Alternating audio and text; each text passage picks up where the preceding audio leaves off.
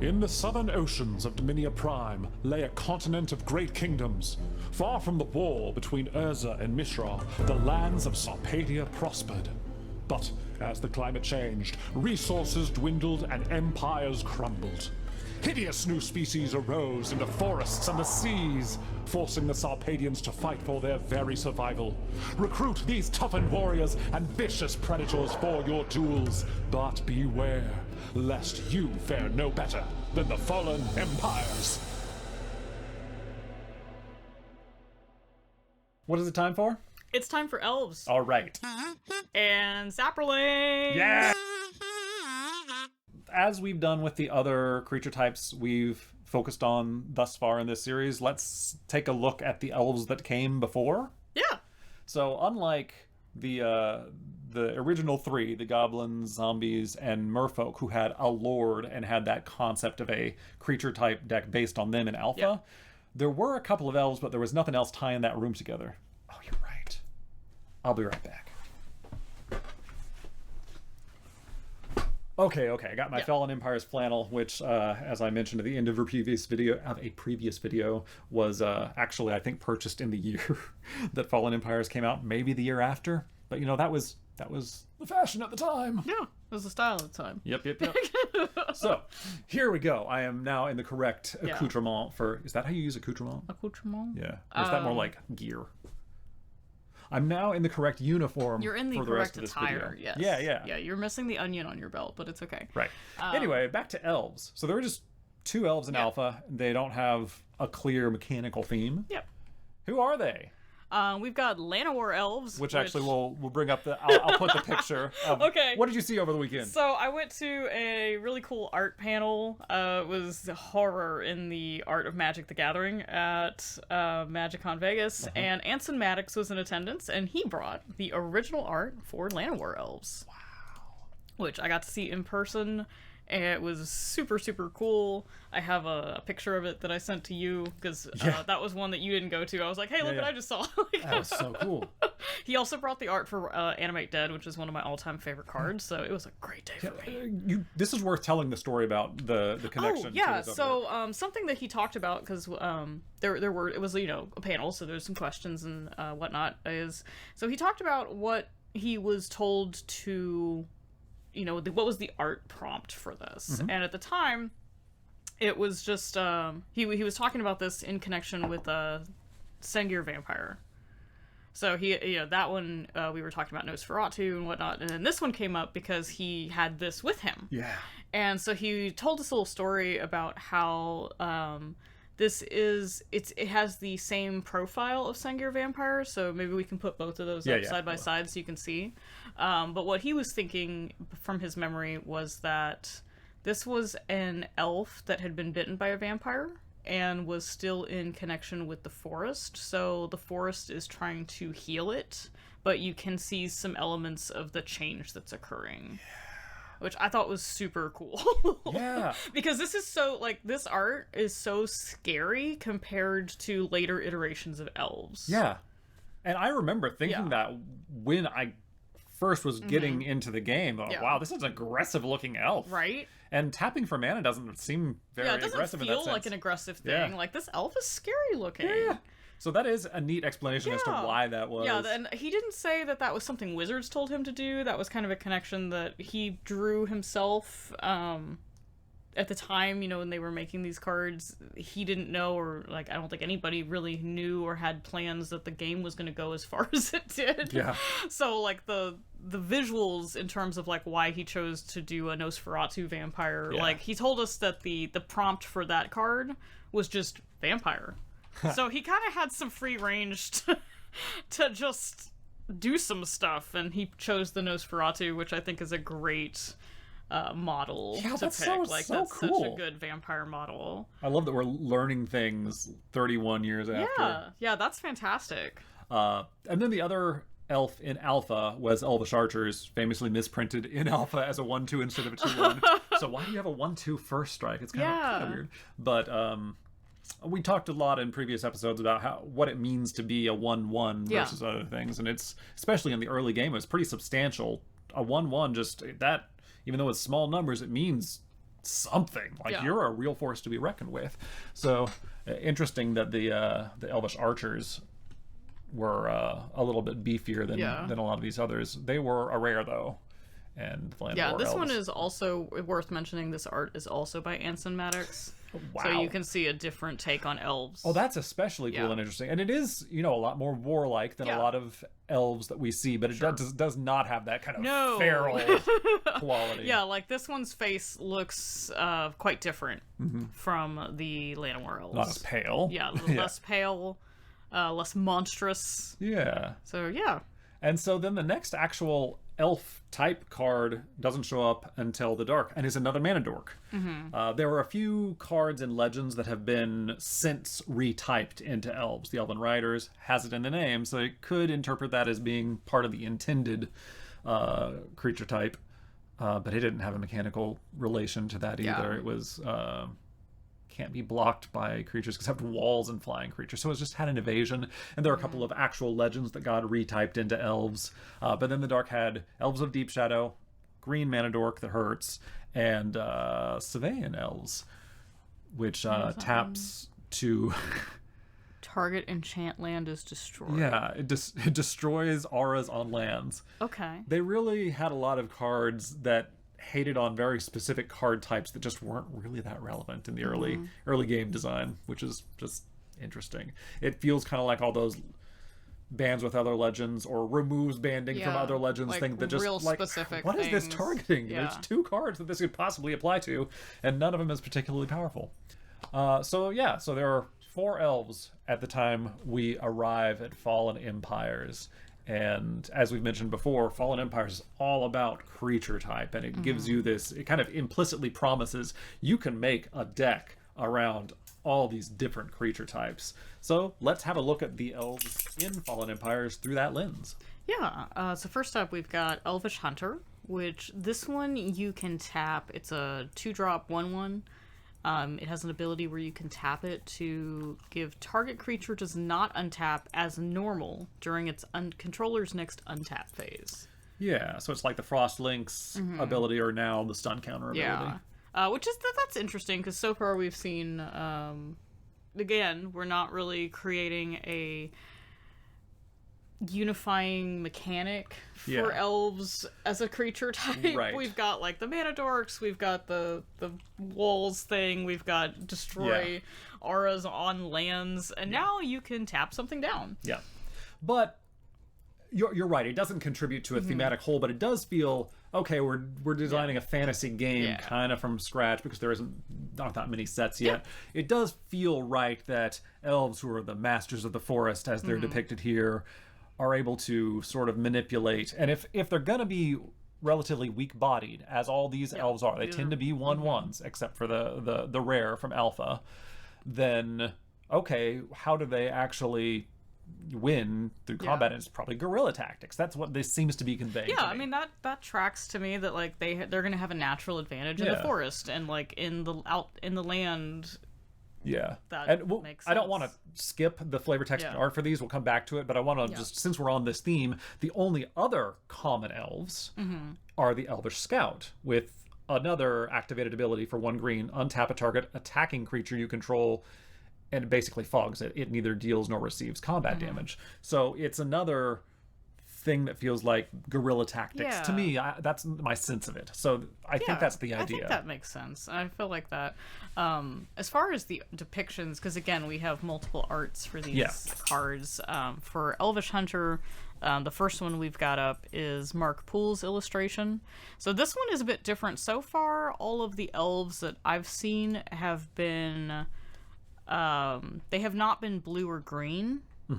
So I don't know if this is body paint, or if this elf is just green. Yeah. But he went with the same approach when we get to his Elvish Scout as well. Yeah, we'll put them up together, we'll because put them side by they side. are very much of a... What's a triptych but 2? It's not a diptych. That's I think weird. It is a diptych, actually. Oh, never mind. You're correct. So this one, if you could make it larger, I can read the flavor text. Yeah. So this first one says, elves often tipped their arrows with a drug that caused a deep but harmless sleep. So that tracks. That absolutely explains the mechanic of it, right? Because I was kind of looking at the, she has the arrow drawn, and I was like, how does this relate to tapping down a creature? But that explains it. Yeah, it just pegs them to a tree. Yeah. I mean, that'll do it. And I note that that's from Volume 3 of the Sarpadian Empires. Hey, this is Volume 3 of the video series. Yes, it is. It's not always going to line up. It is already not lined up like that. But sometimes it will. Today it does. Yeah. That's neat. And so, of course, Volume 3 is going to be covering the conflict between the Elves and the Saprolings. Yes. I'm sorry, and the Thallids. Thallids. Beget Saprolings. Yes. And then, do you want to look at the other mark pool? Yeah, let's just go ahead and jump ahead to look at that one, because these two have a very similar aesthetic. They're both kind of blue-green with very pale blonde hair. This is the one that's going to untap a target attacking creature you control, and then it fogs the damage. Yeah. This one says, even one whose ears were closely tuned to the sound of Havenwood could miss hearing a scout move past. Yeah. Which sounds more like an unblockable thing, but this works well enough to reinforce this overall theme of I feel like they can just like disappear back. Exactly, and that's pretty cool. I also think there's a bit of visual unity coming back to Llanowar Elves with these tribal tattoos. Yeah. Because they sort of resemble what are like the side of head tattoos that Anson Maddox had included primarily on, or very obviously on the Llanowar Elves, but also the Archer like has one too. Yeah. So that's a nice I like that visual continuity. I don't think the Hunter has any. I can't see any on the Hunter, but the Scout has a really nice like full sleeve and partial body going on. That's cool. Then back to the Hunters, and let's look at the Anson Maddox one. Yeah. So this is Anson Maddox, Elvish Hunter, which... And Anson Maddox did the Llanowar Elves. Correct. So again, this one, so if we compared this one with the Llanowar Elves, very different look, same profile. Yeah. But we're not seeing the monstrosity presence in the Llanowar Elves. Not being cursed by vampirism. Not cursed by vampirism.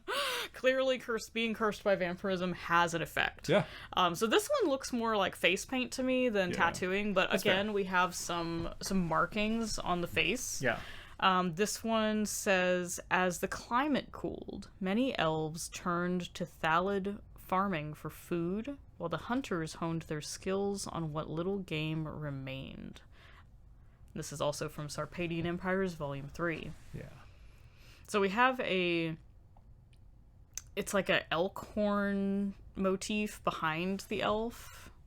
And in front of hair. And in front are these, a like, little bit. Giant I don't know if this is like attached to the elf or just part of the picture, but it looks like also some little like cave drawings in the corner. Yeah, you're right. So it's like deer game or something. So this is kind of telling a story about the environmental effects that are going on at this time. Yeah. And that what was previously what sounds like a mostly hunting-based society is now turning to farming to try and supply themselves with food. Yeah.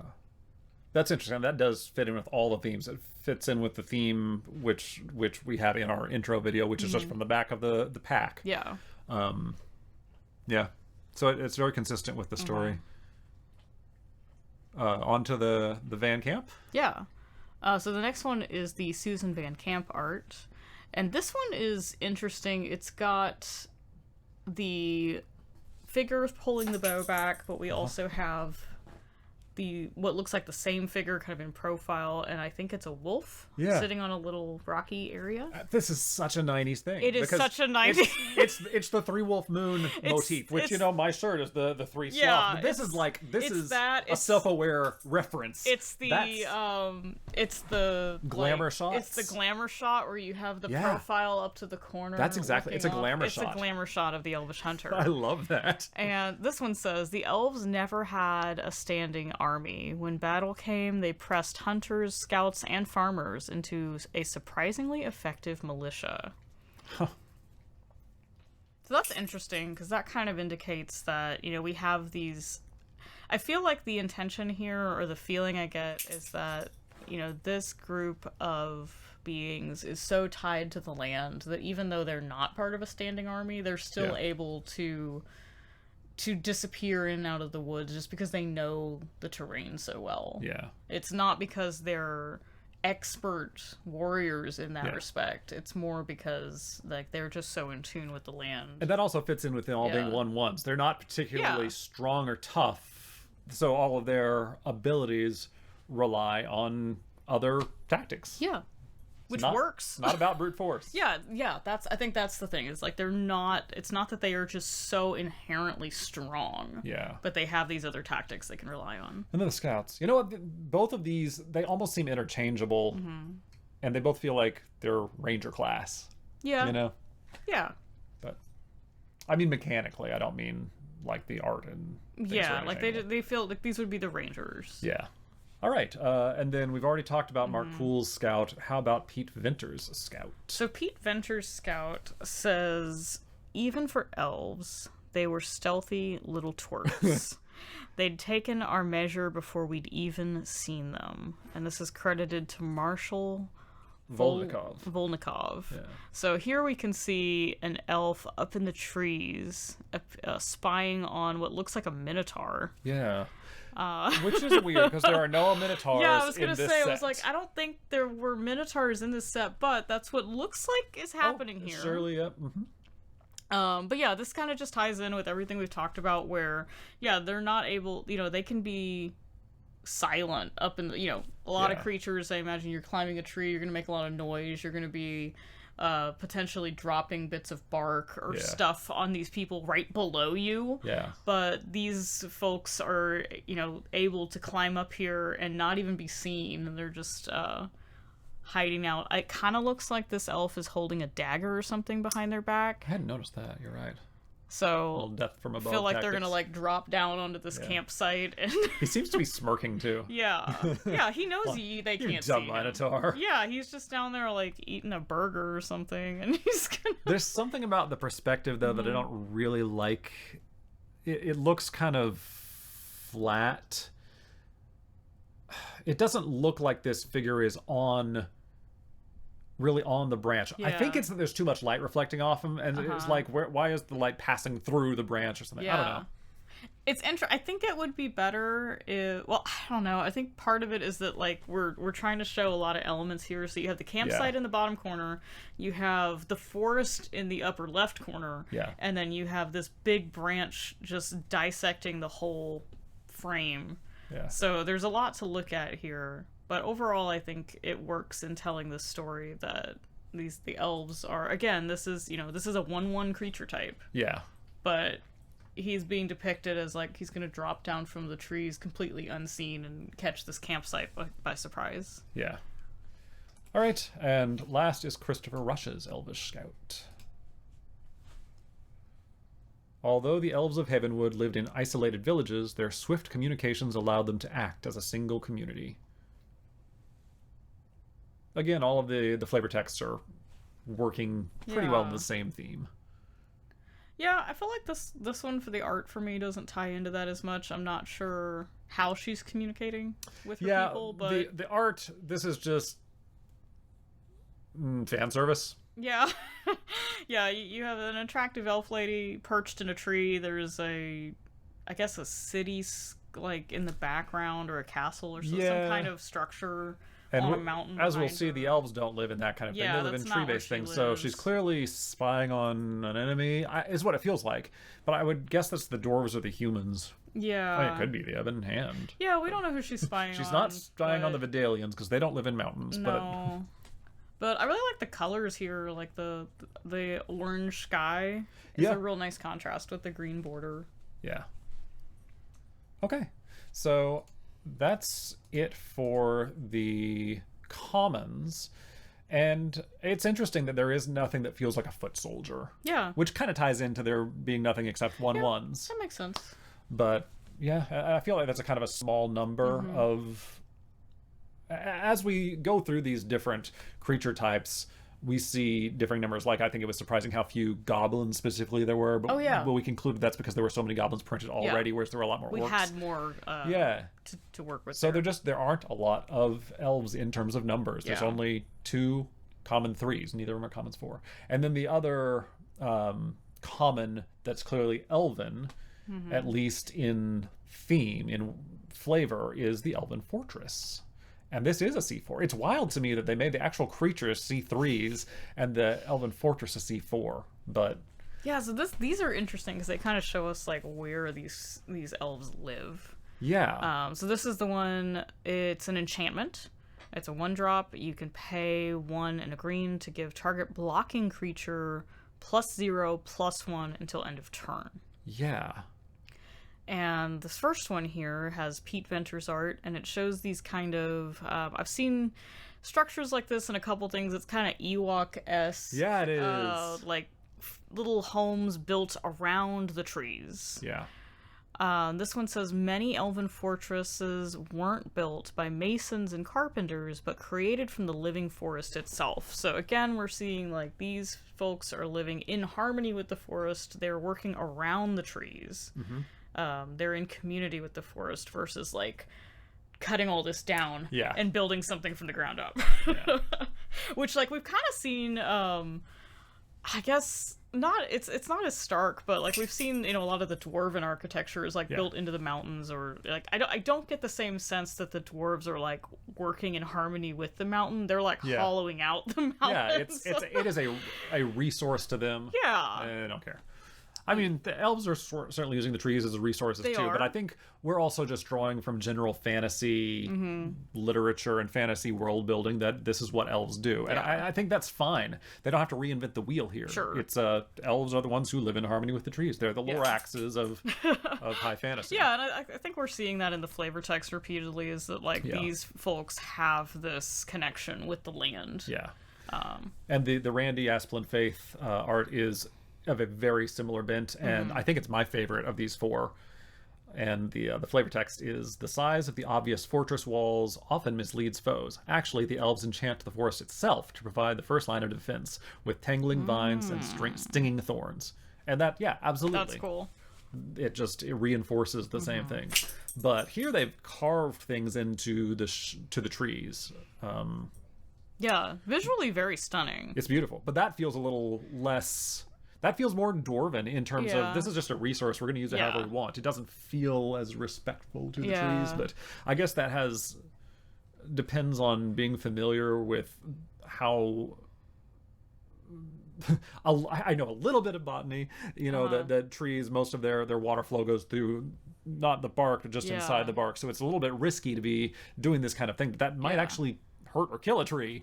I feel like because of the flavor text, because you can see behind there's 4 trees you can see that clearly have carvings, and there's one behind it that does not. And so I'd be willing to buy that the carvings are how they enchant the trees. Okay. And also that they know what they're doing. They're not going through the bark. Yeah, that makes sense. So I'd be willing to buy that. So. Yeah. The next one is Mark Poole art. This one is beautiful and probably my favorite. And that's not just because there's a tiny salamander hidden in it, but that's a big part of it. I have never noticed that. There's the tiny salamander. We need to zoom in. Beautiful. But this one says, Thallids are not ordinary enemies of flesh and bone and reason. They attack with no thought for our strength or for their own losses. I fear our fortresses shall be overwhelmed. And this is credited to Kyliki of Havenwood. So I don't know if there are hidden Thallids in this artwork. I don't see any obvious Thallids. So. But this is interesting, where, you know, previously we've gotten some flavor text about how the elves have no standing army, like they're able to use their knowledge of the land, their tactics to fight. These Thallids, though, are not, like, they're circumventing that. They're, by virtue of having no reason. They don't do tactics. They're not into tactics. They're the blob. They might be divided into a bunch of small pieces, but they're the blob. Yeah. And so it seems that they're... What has previously worked for them is we're getting the hints that, like, okay, this is not going as planned. It's really interesting that in this art, too, there is the silhouette in the background. I've always assumed that's not...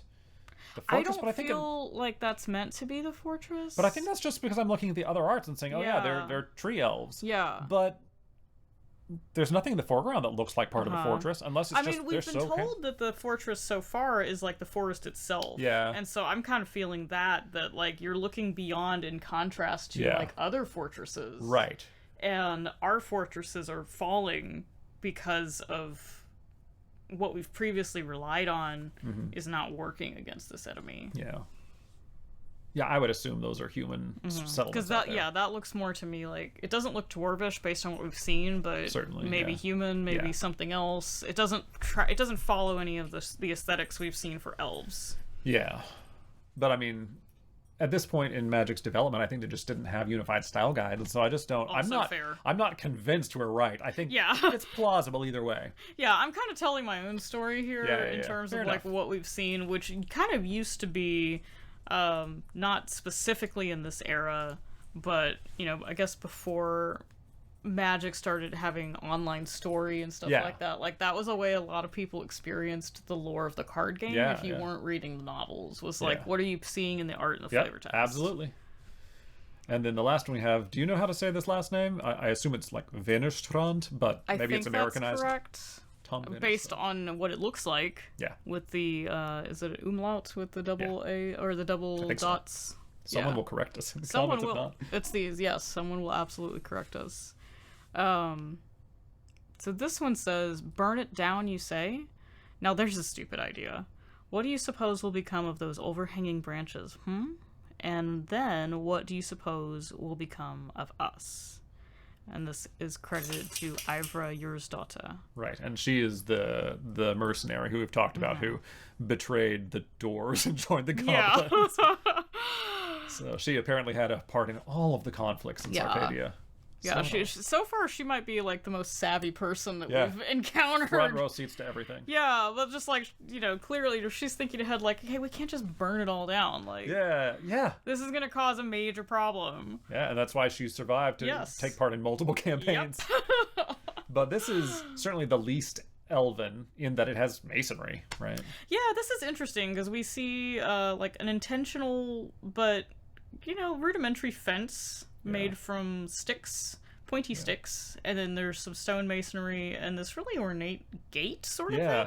Which looks grown. Yeah, which is interesting. I mean, maybe they like magically, they talk about enchanting the forest and the vines and stuff. Like maybe that's something elves can do, is like force things to grow into this shape. But then you also see like the more organic looking trees around the edges and the flowers. Yeah. So yeah, this one's kind of unique in that we just haven't really seen anything else that looks like this in terms of elven habitation. I definitely like the two that focus on the trees the most. They tell the most cohesive story, and that feels in line with the rest of what we're seeing about elves in the set. I just really like salamanders. Yeah, that's fair too. But then the way I don't want to try and evaluate the quality of the mechanics. I think it's bad as a card. But what is the storytelling element of what this mechanic is? I mean, I think this tracks with what we've kind of seen from the elves so far, is that if they're blocking, they can get a little bit tougher. Yeah. Because of, the tactics we've talked about. And it makes sense for a fortress to reinforce your toughness and nothing else. It seems like if you're fighting them on their turf, like they're going to have the advantage, even though they're not the toughest creatures inherently. Yeah. And it can't help them on the offensive because they have to go somewhere else to attack. So I like the mechanical meaning of, I like the flavor meaning of that mechanic. Yeah. Unfortunately, I don't think it's very practical to actually use. No, paying 2 to give my creature +0/+1 feels bad. Yeah, maybe if they'd made it the whole team, but that's I was like, that's neither here nor there. I mean, I don't know. I guess there might be some niche situations where that saves your critter, but it just doesn't feel like great value. Yeah. All right, and then there's one elf remaining. Is this an uncommon 1 or an uncommon 3? They call it a rare, therefore it's an uncommon 1. Okay. No flavor text on this one, but this is no flavor text. This is a contender for my favorite art in the set. This is a really good one. So this one is Richard Kane Ferguson. This is the Elvish Farmer who has a couple of abilities and deals with spore counters. So during your upkeep, you can put a spore counter on Elvish Farmer. So that just happens. Yep. And then he has 2 abilities, both that cost 0. You can remove 3 spore counters from Elvish Farmer to put a Saproling token into play, and that's going to be treated as a 1/1 green creature. Or you can pay 0 to sacrifice a Saproling to gain 2 life. For not having any flavor text, this may be the most flavorful card in green, because it connects the two sides, and we will see more reinforcement of this. I'm not just putting this all together from this, but as we get into the Thallids section, we'll see how they were farming the Saprolings, the Thallids, and they kind of became sentient and arose against him. And this Elvish Farmer is the connection. Like, the farmer is, as the flavor text we already did get through alluded to, they had to turn to farming because of the climate change. So that's what's happening here. And it uses the same mechanics as the Thallids and Saprolings.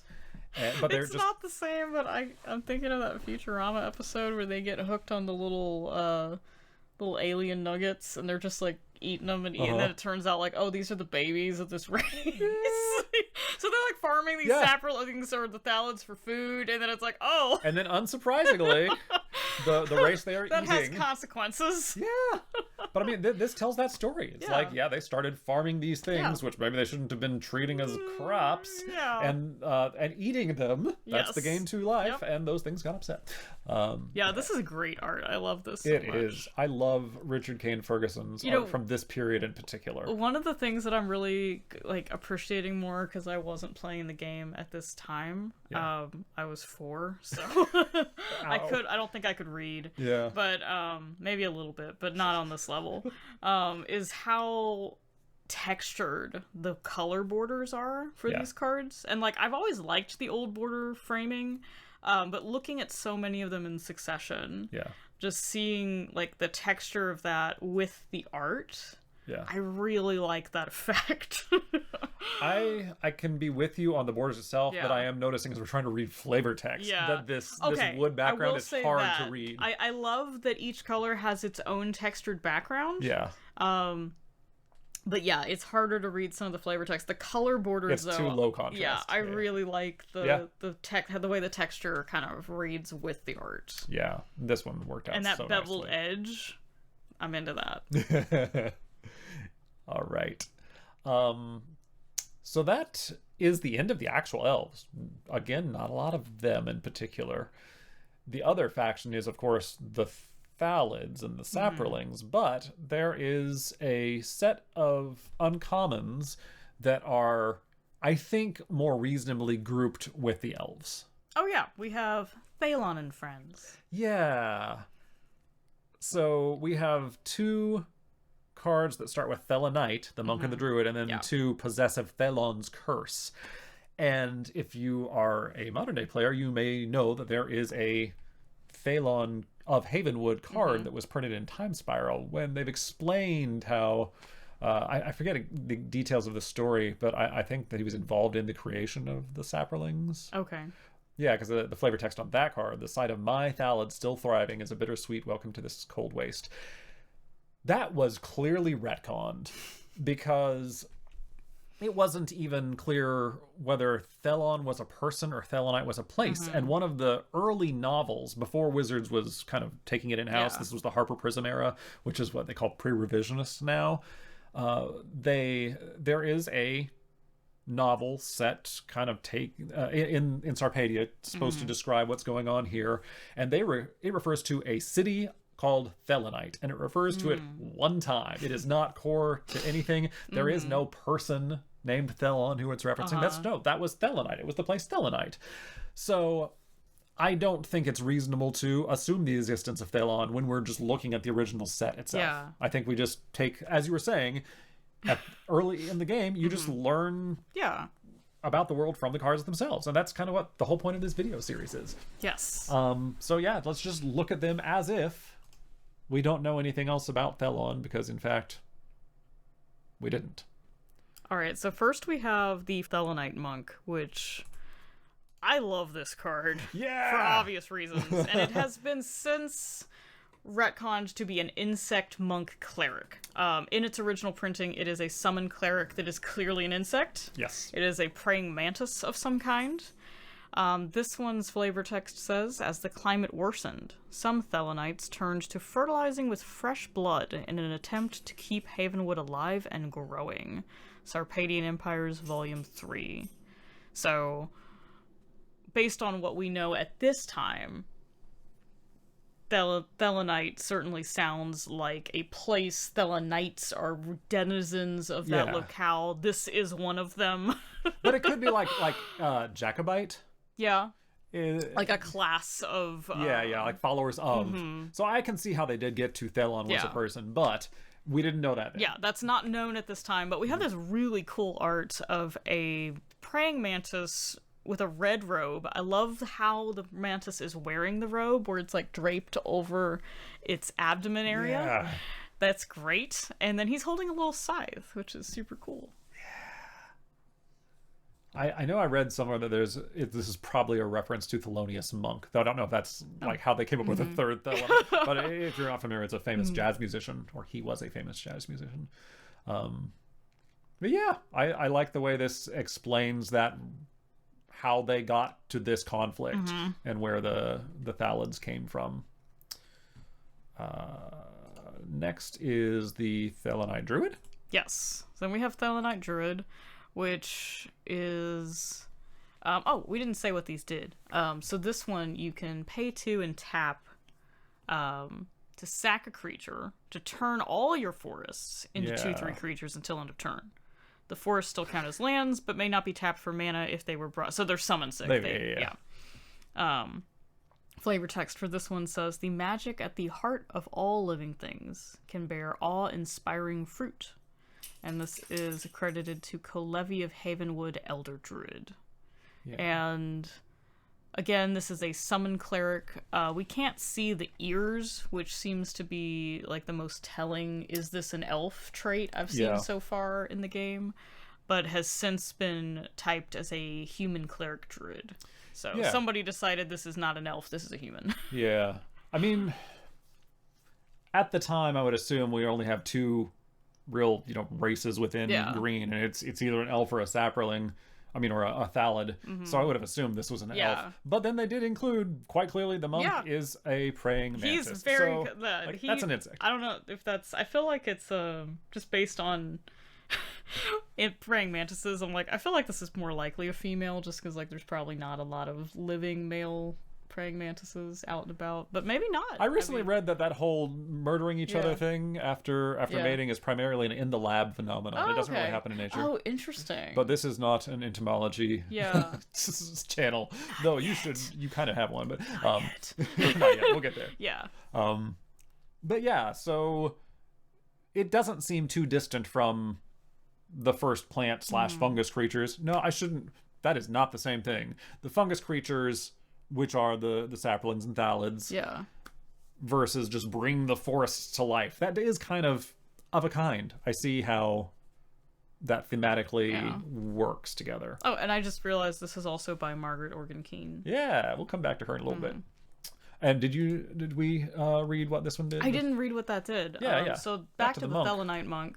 I'm just orchestrating this so we can keep going back to this insect. That's fair. Is you tap this creature to sack a green creature to turn a target land into a basic forest. And you have to mark this one with a counter, because this doesn't stop at the end of the turn. Yeah. They've removed the marking with a counter from the Oracle text, which I think is a little bit sad, because it's just funny. I like that. I want to keep it. If I ever play this, which I might, mark it with a counter? I'm going to mark it with a counter. Let's go look at that big sheet of counters that came with in the Did they include one for this purpose? So there are all those power toughness counters. There's all the creature types. Let's admire the sapperlings here. Those are the first sapperling we counters. Need to pause and look at those for just a second, because they're great. Yeah, they kind of are. Yeah, we'll see kind of the card that I think inspired that one a little bit. Time, Javelin, Net, Spore, Credit, Tide. No, I don't see any. This is a forest counters. I'm very sorry. You just have to use an actual forest and put it on top of the other card. That's your counter. Just put a raw piece of broccoli on top of that thing. That's good too. Okay, so on to then the chant and the curse. Yes. So Thelon's chant. 2 enchantments. Yeah. This one's an enchantment that says, during your upkeep, pay green, or bury Thallids' chant, which would be sacrifice it in the modern wording. Whenever a player puts a swamp into play, Thallids' chant deals 3 damage to him or her unless they put a -1/-1 counter on a target creature they control. So this feels really targeted hate at me specifically. It is. And this is, again, one of those, like, we were seeing sort of the enemy color, like, specific. This is an enchantment that just hates swamps. Yeah. It's back to that just constant color hosers early in the game. We just get so far away from that, but I guess this big news that Foundations is including, is it Flash Freeze that's like counter target green or red spell? Okay, so maybe we're getting a little bit back into color hosing. It's never been totally done. We always have, the occasional protection from thing. It's just on a low simmer in recent decades, whereas early in the game, that was just everywhere. You have all your anti-color stuff. Yeah, which, like, this is useless if you're not playing against someone who's running black. Yeah. But I think there's at least one in every color, because we have the same one in every color and 4 every color? Yeah, because the other Thallids thing that we're about to look at is the anti-blue one. But, like, we had in the red episode, the raid was the anti-white card, right? So it's kind of neat that they came up with unique mechanical ways to have their punishers for different colors rather than reusing the same mechanic over and over. Yeah, and this one's kind of curious because we have a figure who is singing or chanting in front of what looks like a dead tree. Yeah, that's kind of ironic. I don't know. It might just be winter or something. Well, I don't know. A lot of swamps depict dead trees in them. So maybe it's alluding to that. Oh, yeah, okay. Yeah. Beyond that, it's a weird mechanic, but if you're going to have it, I guess that's kind of neat. Yeah. It's a costly thing for something that does absolutely nothing unless your opponent is playing swamps. Yeah. That's just old magic there. Yeah. Okay, and then Thallids' Curse, the blue hate card. Yeah, so this one says blue creatures do not untap as normal during their controller's untap phase. During his or her upkeep, a blue creature's controller may pay an additional blue to untap it. And each creature can be untapped this way only once per turn. This one is illustrated by Pete Venters and has a very, very distressed person in blue. Yeah. Being strangled by the forest. Deal with it, Blue Mage. Yeah. This feels kind of Evil Dead. Yeah, it does. He's having a bad time. Yeah, both of these are personally targeted against you. Yes. That's interesting. He's like, yeah, Thallids' Curse, Thallids' Chant are just like weird quirk. Yeah. The current Oracle text still has the blue pip in the. That means this color identity is Simic.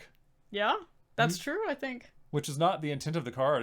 It feels like it's just a funny quirk. Yeah. But I think this is so irrelevant. If you're playing Simic and you want to hate on other blue players, you could do this. But well, actually, it was this, but also hate yourself because it's each player. But it's also kind of funny the anti-blue card they chose to make about not tapping creatures, whereas early Magic is notoriously not very creature friendly. So the blue decks probably don't care about their blue creatures.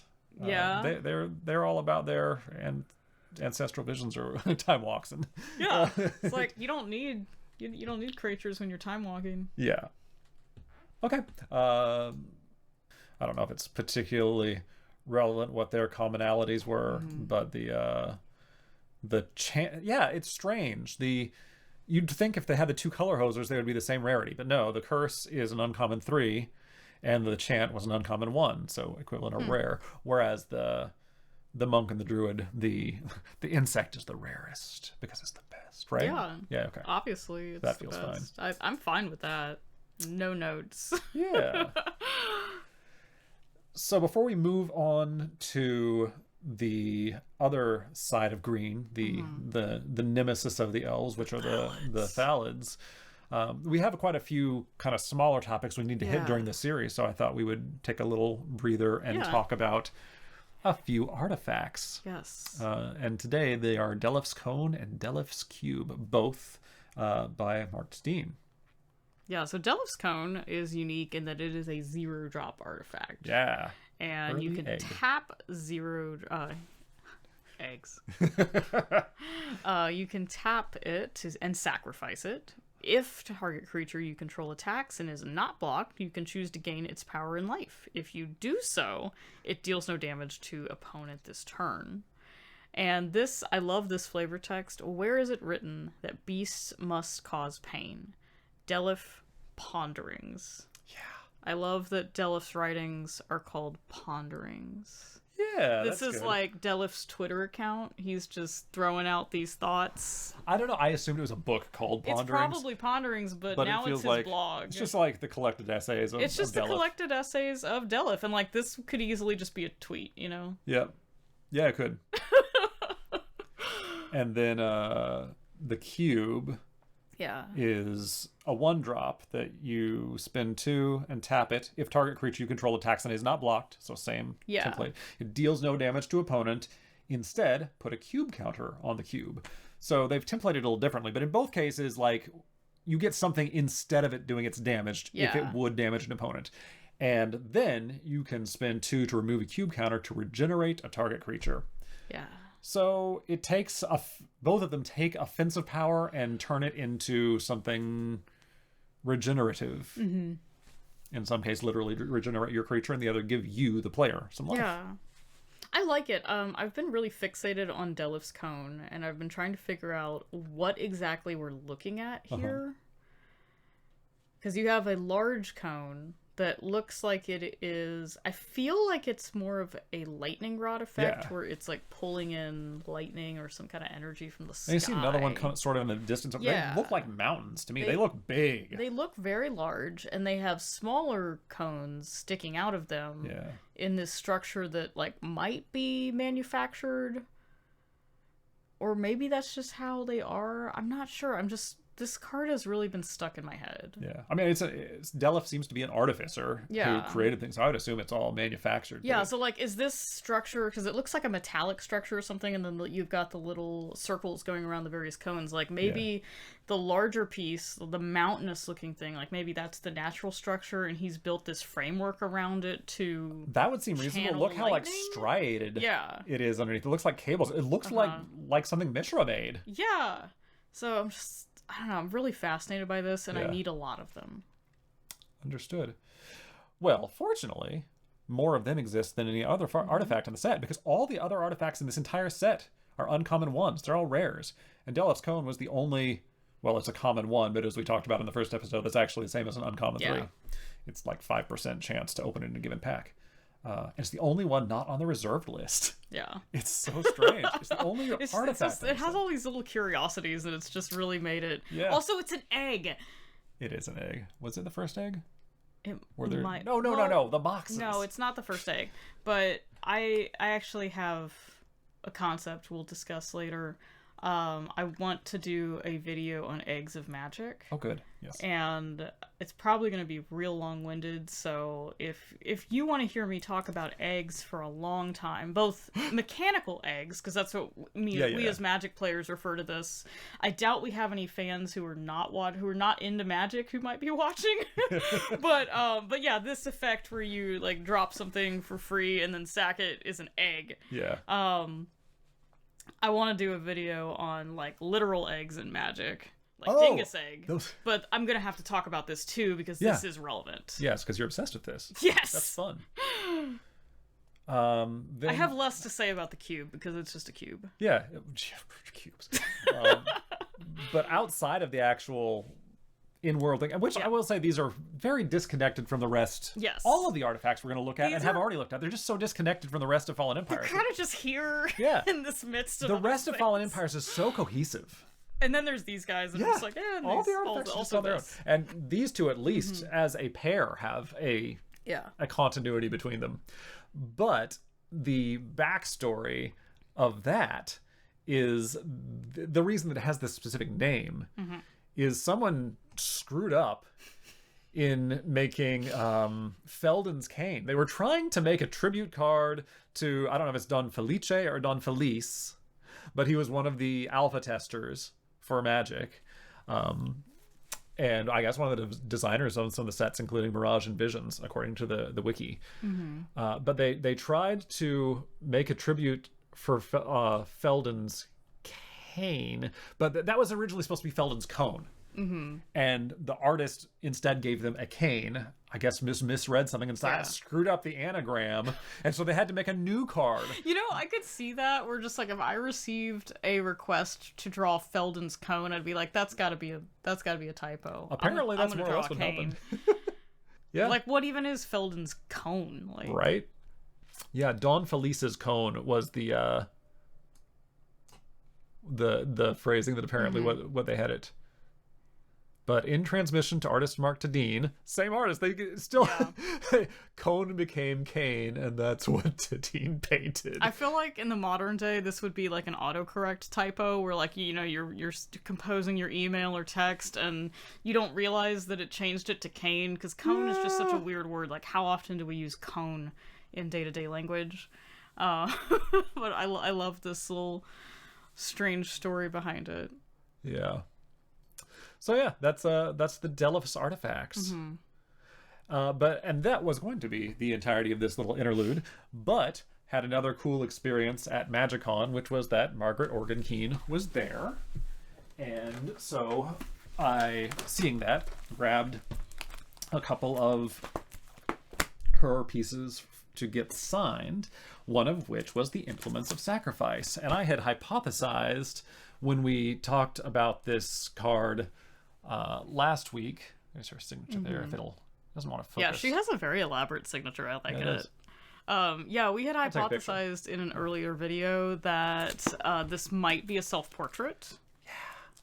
And so I asked her. I didn't, for whatever reason, I thought that was a weird question to ask her. But she was making conversation as she was signing and asking. Yeah, because you mentioned that she's like very methodical. Why? It like takes her a bit to sign. She does. And she was asking, why did I pick these particular cards and everything? And I mentioned this series and that card, and said something about, that's right, because Wade also observed this looks like a person from a different era. Yes, reflecting that's right. back like a museum curator. Yes, because we talked about how this was like, this is someone who's like talking about the artifact like from the present looking at the past. So I posed that question to her. Is that what you had in mind? She's like, oh no, this is just a self-portrait. Yeah, because one of our goals for the, like when we saw her at the convention was like, we need to see if she kind of like, could this reasonably be a self-portrait? We were looking at her from far away and we're like, I think maybe. Yes, it can. Yes, it could be. We need to find out for sure though. Specifically, she said, yeah, that the purple kimono is mine. I kind of made up the blouse pattern. The amulet is an amulet of Krug, one of her first pieces from Antiquities. The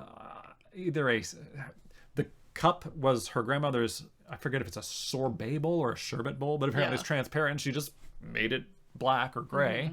And the knife is just a knife she had in the kitchen. So that's what that is. There you have it, the Implements of Sacrifice. I was so proud of us. Yeah.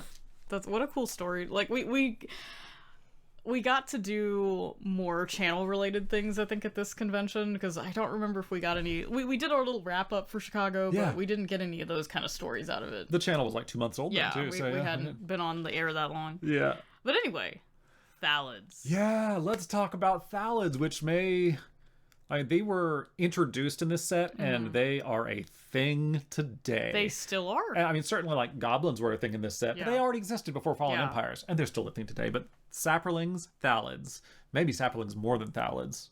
Definitely Saprolings more than Thallids. But they're both. They come as a pair. Yes. Thallids make Saprolings, and Saprolings come from Thallids, unless they come from somewhere else. But sometimes they do, but not spore not counters. always. Yeah. Yeah, oh my gosh, I love these. Me too. So let's just start with the actual Thallids themselves, the basic critter. Where is the first one? Thallid. It's just Thallid. It's a 1/1. It costs a single green. Yep. This first one that we're gonna look at, the Edward Beard Jr. art, I love this thing. It looks like a yokai. Like, I adore this. And the Thallids are kind of all over the place visually, which you'll see. Yeah. So this particular one, it's a summon fungus. During your upkeep, you put a spore counter on it, and then you pay 0 to remove 3 spore counters. I think this is a common theme because we had take 3 spore counters off of the Elvish farmer. It costs 3 spore counters to make a sapperling. Yep. And then that's going to be a 1/1 green creature. So it's kind of slow. Yeah. But it does, this just continually produces spore counters on your upkeep. Yeah, and you just turn one, and then this is another thing. Like we talked about this with Goblin Warrens when I was a kid.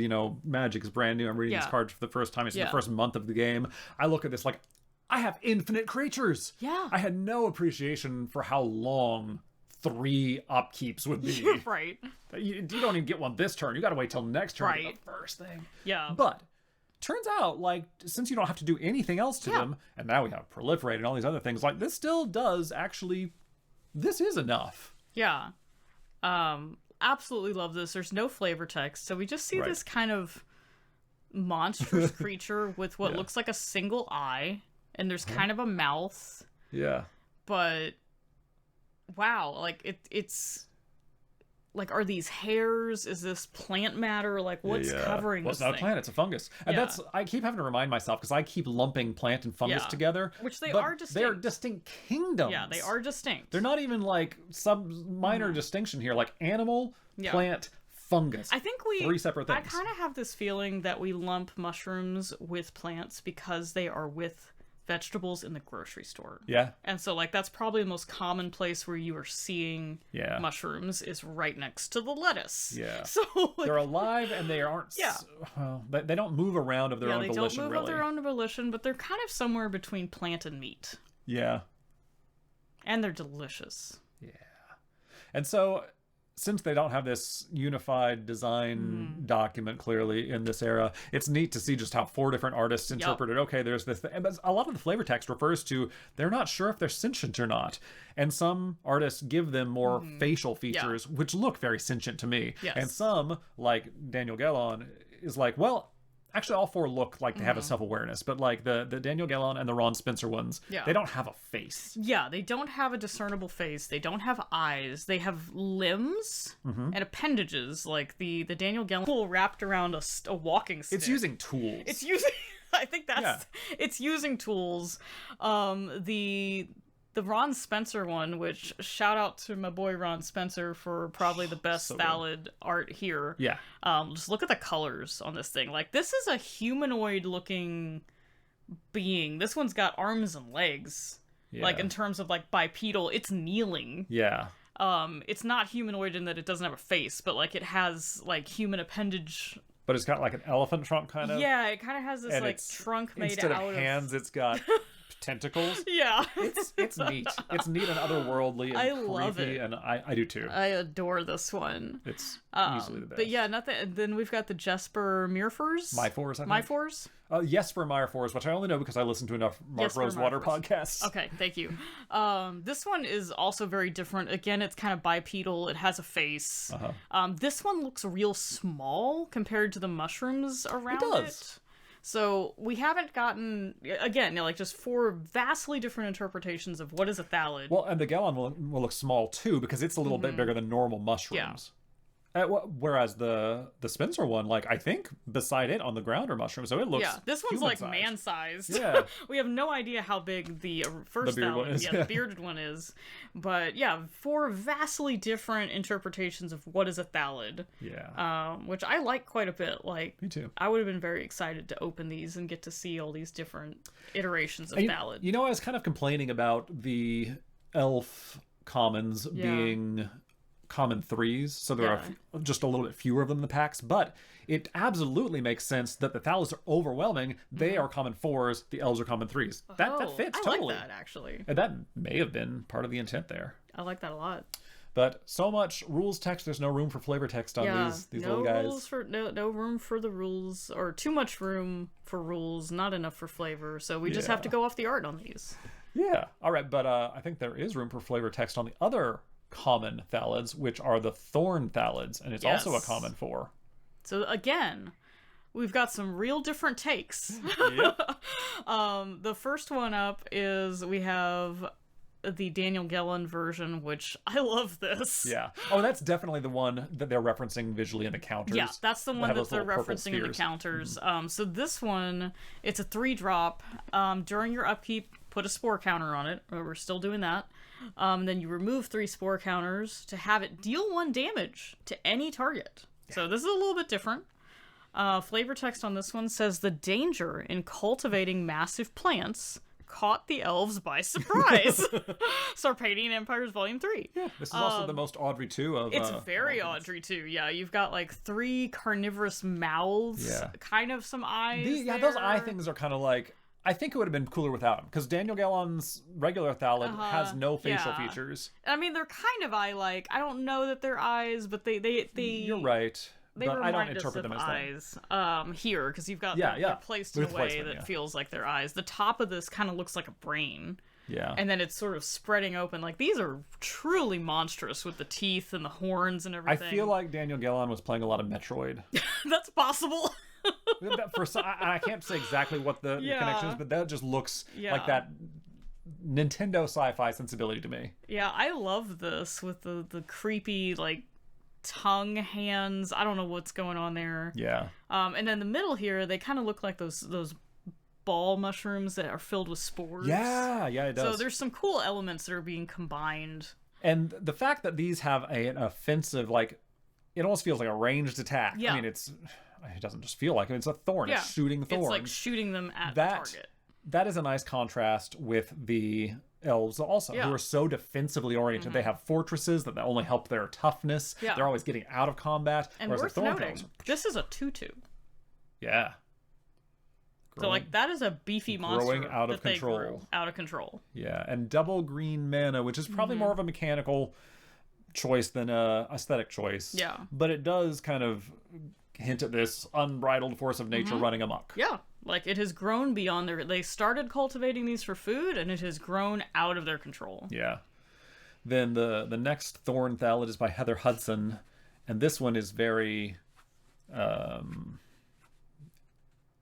what's the word for... Not ambivalent. I'm trying to say, like, walks. Ambulatory. Yeah, this one has legs and feet. It looks kind of like an armadillo. Hands. Because it's got that armored shell thing going on. Yeah, its eye shape, it feels more insectoid to me. Yeah. And then it has this trunk that shoots gas, spores, something.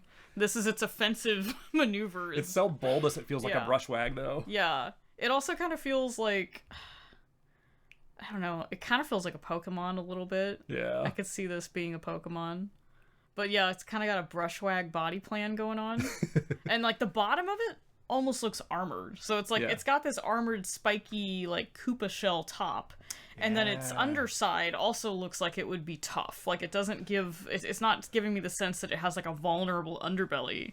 Like the legs and the underbelly area, like they look leathery. They do. That's a nice... All of that texture is really nice. Very interesting. This one says the cooling climate forced the elves to experiment with new food sources. Sarpadian Empires Volume 1. Yeah, so Volume 1, that's more of like the overview statement. And maybe we should have started with this. If we... That is a great thesis for this is what the conflict is. Next one, we have another Yes from My Fours. And by the way, this is the original art director of the game who went out and found the other 24 artists and everything. But had handed over the reins as artistic developer just for this set, or I think was transitioned it during the Dark. I love this. So this Thorn Thallid is it's depicted more like a shadow demon of some kind. Yeah. The flavor text on this one says, I don't know which is worse, getting hit with those darts or having to watch them grow back. Orcish soldier. Yeah. I like that, the way that explains what they mechanically do. Yeah. The art, though, is so weird and ambiguous. It's almost like Drew Tucker also does all the super... It's super dark. But it absolutely reminds me of the Ralph Bakshi, Lord of the Rings. Yeah. It has that sense to it. Because this is another one that has eyes and a mouth, but it's all kind of just in there. It's not... And to me, that it feels like it's not supposed to be a literal interpretation. This isn't what it looks like. This is an illustration of fear. It's representative. Which is really dark for a green card. It seems like what you would expect on a... Yeah, like this could have been part of our Should Have Been a Black Card episode. Like, it could have, easily would translate into a black border and fit that could right be a in. demon type, whatever. Like, it has some kind of demonic features and elements going on. But then we're back to... Man, I keep saying, but this is really the set that showcases so-and-so. It is Richard Kane Ferguson, Ron Spencer, and Mark Tedin have absolute bangers in this set. They do. I love this one. His iteration of the Thorn Thallid, again, we have the tentacles, the the bulbous head thing, which is like, are they eyes? Are like, what is that? Yeah, this is like the same body design as Galon's regular Thallid. Yeah, like it's kind of starfish-like the way it's like sitting on the ground. Yeah. And it's got all these little radial symmetry. Yeah, it's got all these little things growing around it. They're like little peas, little eggs thing. They're like popping up nearby. And I love how he has illustrated the gesture of the tentacles. We're like, this is clearly more than a plant or a mushroom. Right, it's like, moving it has around. That sense of agency almost. It doesn't, even though it doesn't have a face, somehow he has communicated that this isn't just a thing that's like blowing in the wind. The flavor text, scholars still debate whether the Thallids were truly sentient. Yeah, and I think that's like the way these artists depicted that is wonderful in that there is some. It's like, are they sentient? Like, what are we looking at here? And some of them, unfortunately, fortunately, like the Jesper Marfor's Thallid and Beards, they look sentient. They look the having faces, humanoid faces, kind of takes away from that mystery, but. Daniel Galon's original Thallid and this one, Jadine Thallid, are amazing at conveying that. Yeah, in my imagination, I kind of picture them moving in a way that doesn't feel entirely sentient, where you would still have a question. So it's like the cordyceps zombies in Last of Us. Like, okay, this was a human, but it doesn't... Yeah, like... I don't think it is anymore. I'm not quite certain anymore. Ludo just turned off our light. Oh, Ludo. All right, what else do we have? So I think that's all the common Thallids. We have the Thallid Devourer. Thallid Devourer is another Ron Spencer piece. Yes. Let me pull it up big here. Yeah. So this is another 3-drop 2/2. During your upkeep, put a spore counter on it. Remove 3 spore counters from Thallid Devourer to put a sapperling into play. And you can sack a sapperling to give Thallid Devourer 1/2 till end of turn. Yeah. So this one, like the name implies, can consume its own to buff itself, which is an interesting take. And this feels great in terms of building a Thallid deck. Yeah. Fallen Empires has all the pieces you need. It has a bunch of 1-drops to start out the game, then it's got some direct damage to help with pesky things like flyers, and it's got this thing to be your big beater that can crash in. Once you have an army, this is how you cash it in. If you can't get past a blocker, you attack with this thing, threat of activation, make it huge for 1 turn. Make it real beefy. Yeah. Because like a 3/4 compared to a lot of the other stuff we've seen, like that's meaningful. That's bigger than everything except an org. Yeah, like that's a meaningful swing. Yeah. And love this Ron Spencer art for this thing. And like it's really spooky looking. Like there's the little, what shape is that? The things that are growing out of its back. They remind me a lot of much later iteration, but in Final Fantasy X, the Sin Spawn creates stuff kind of like that, and they like shoot out and open things. Like it just has such a creepy feel to it. The tendrils coming from its mouth and arms look like it's sucking energy out of it. And I think that's like... And there's a skull in front of it. So it's like it's consuming to get more powerful. Yeah, it's real creepy. But not in a humanoid way, like in a plant fungus way. Like it's like absorbing from the earth and around it. It's neat. And then it's got those really cool little... They're not spines, but... That kind of looks more like plant matter, those things coming out of the top of its body. Like they look like the carnivorous plants that like are glue trap kind of. Yes, it kind of looks like that. So just a lot of really cool elements here that I love. Yeah, and so no flavor text because there's too many rules, but like that was fine. Yeah, it feels appropriate that these non-sentient or semi-sentient beings shouldn't have flavor text. They just are, and you have to observe what they do to understand them. And also so far, like, all the flavor text has specifically been about them. We haven't gotten anything that's like from the perspective of the Thallid, which is great because that's still kind of contributing to like, are they sentient? Do they have thoughts? We don't know. Yep. It's okay, Ludo. And I think the last actual Thallid card, there are some other Thallid adjacent cards, but Feral Thallid is the last creature card. Yeah, I love this weird little cryptid looking thing. Yeah. This is, again, very different from the other ones we've seen. Yeah. This one's quite expensive. It's a 3 green and 3 6/3. During your upkeep, you put a spore counter on it, and then you remove 3 spore counters to regenerate it. It looks like a catfish. Yeah, it kind of looks like a catfish that was just, like, smacked onto a human body. The flavor text on this one says, born and bred of fungus, Thallids were nearly impossible to kill. Sarpadian Empires, Volume 1. It's certainly internally consistent. Yeah. I like the fact that there's more shadowy ones in the background here, too, and they have the little, like, face whiskers, so it's clearly, oh, yeah, that's what that is. That's not something else. It's... Yeah. I mean, I guess it would have been fine if that was someone it was trying to hunt. But I like the implication that there's more of them. I feel like that's a lot more threatening. Yeah. And they are beefy teeth. That one can actually trade... Well, that one can kill an org. That's my measure for everything. Yeah, can it kill an org? But yeah, these things, like, this is scary looking. Yeah. I'm afraid the art really doesn't keep it in line with... Well, there's just all these inconsistencies between... There's no unified style guide. And so this thing just doesn't look like the same kind of thing as the others. This is like... I don't know.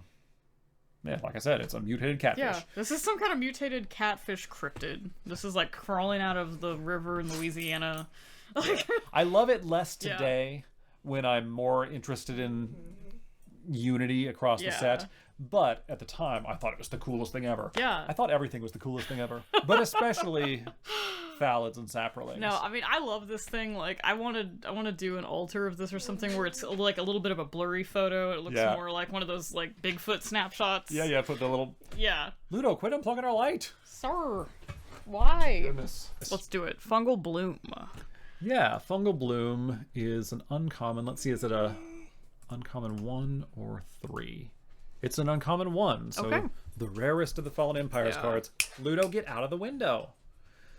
Ludo really wants to eat the squirrels. I wouldn't let him eat them. He's real into that idea. So this is clearly just a synergy piece for your Thallids. It's great. It just gives them more spore counters. It's an enchantment. It's a 2-draw, and it's very green. It's a 2 green with a 2 green activated ability. You put a spore counter on target fungus. So this is a way that you can accelerate all of those abilities that require spore counters if you can pay for it. The flavor text on this one says Thallids could absorb energy from the forest itself. Even elves were at a disadvantage in fighting them. That is great. The way it because up until now, like, elves have been kind of situated as like they are in tune with the forest, and now we have this thing that they cultivated that is more in tune than they are. Yeah, and that's why they lost. Yep.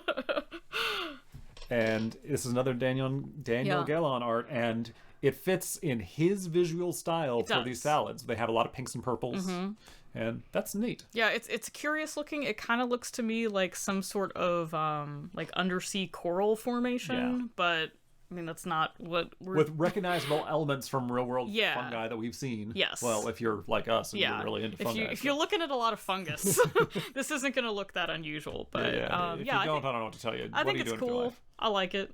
Yeah. Yeah, if you're not looking at a lot of fungi, you should. Yeah, clearly.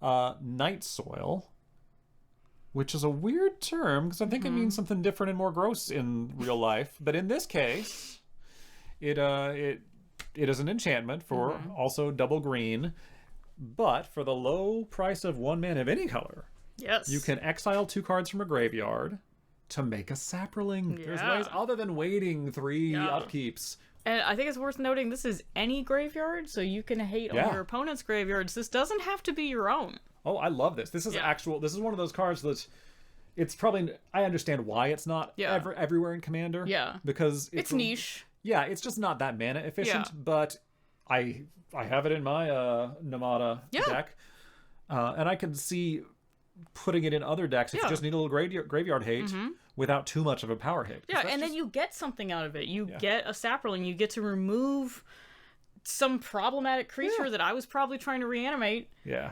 And you get a Saproling out of it. And certainly the best of these 3 arts for explaining what's happening there, Heather Hudson. Oh, yeah. Like by far, that one's my favorite. Pile, and it's becoming a creature. There's something crawling out of it. Yeah, this one says, the elves gathered huge piles of rot to grow fungus. You can see the rake. They've created this little mulch pile, this compost heap. Out of imitation or forethought. The Thallids did the same. Yeah. Then Drew Tucker has one. As with most of Drew Tucker's art, it's very impressionistic. It's very vague. Yeah, it's almost abstract. It's very hard to see what's... Actually, most of his art is impressionistic, and it's weird to me how important it was early in the game. But most of it at least does hint at something. This one is just, what? This one it is abstract. Is abstract to me. I really can't see an illustration of what's going on. Yeah. It's just it's blue. It's a black green, which even though the card isn't black green, this is a very black green effect in the way that we often think of it in the modern day. Yeah. So this one says there were often more Thallids after a battle than before. Sarpadian Empires Volume 3, which is, I love the flavor text there. Yeah. And then Sander Everingham, who is the art director now, who took over from Jesper Meyerfors, did this last one with the flavor text. Some said killing the Thallids only encouraged them.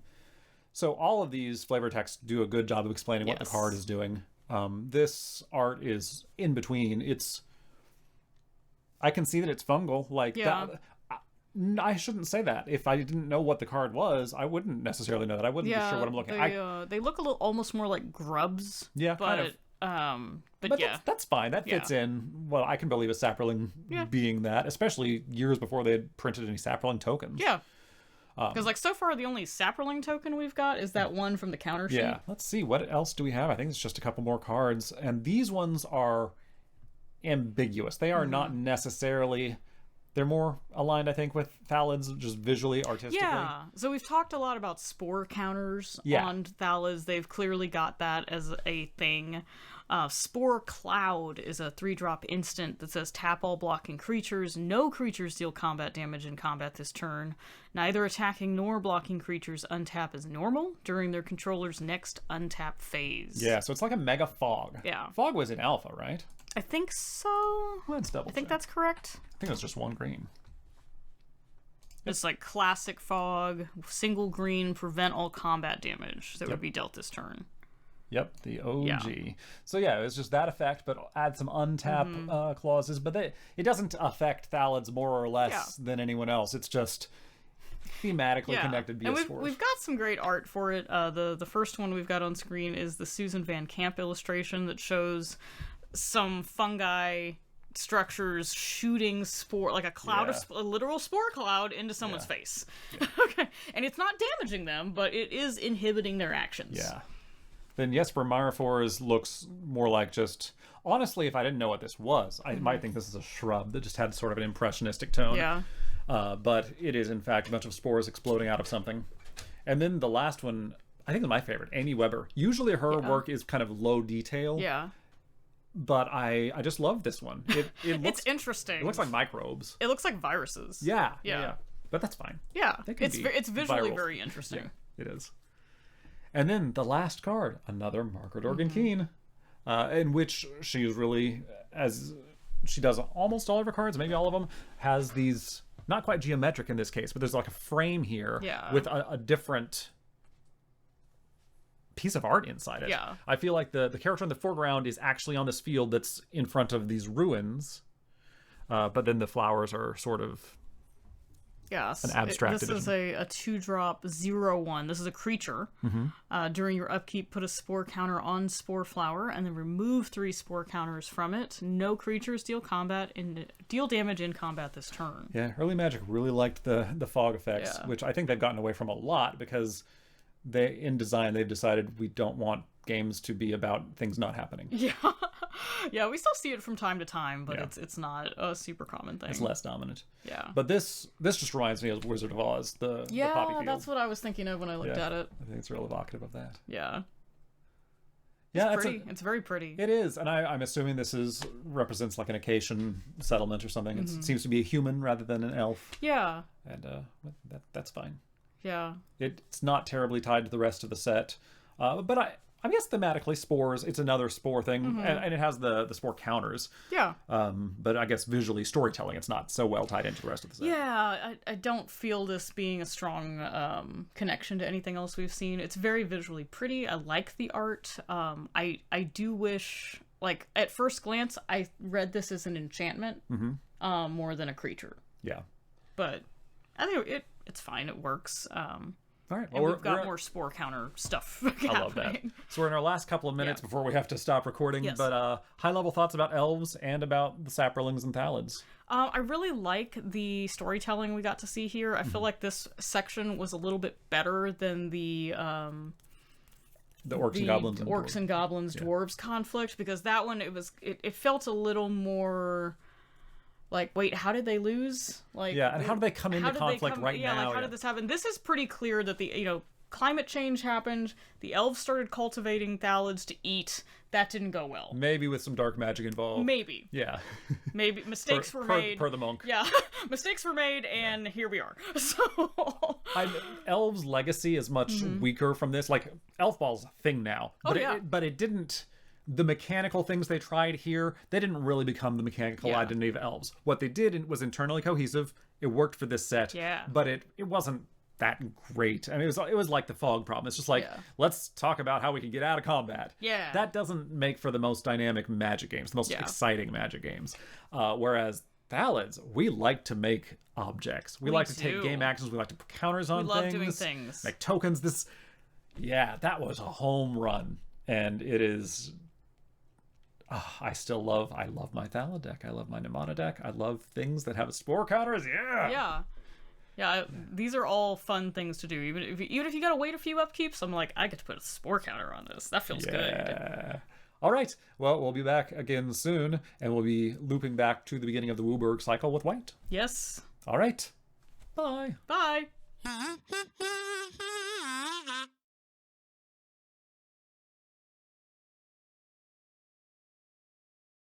Look what I found. How cool is this?